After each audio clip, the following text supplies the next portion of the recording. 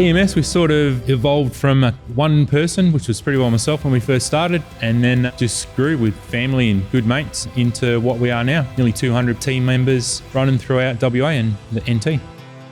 We can pretty well work on the one-man band with his bobcat, little mini excavator, right through to your heavy road transport, trailers, and obviously also your civil and mining machine. Our relationship started with Boston's back in late 2000s.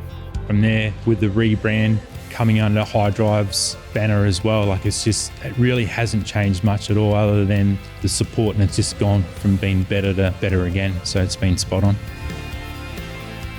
Quite a few years ago now, we had a second-hand vehicle with a competitor's canopy on it, and it had a plastic door hinge on all three doors.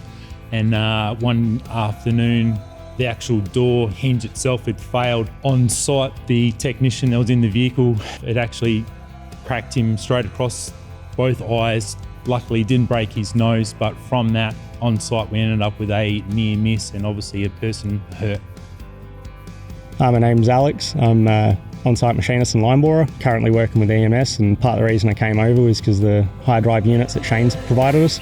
I'm running a truck with a high drive service body on it. I couldn't be any more happy, so I think I'll be sticking around for a good while.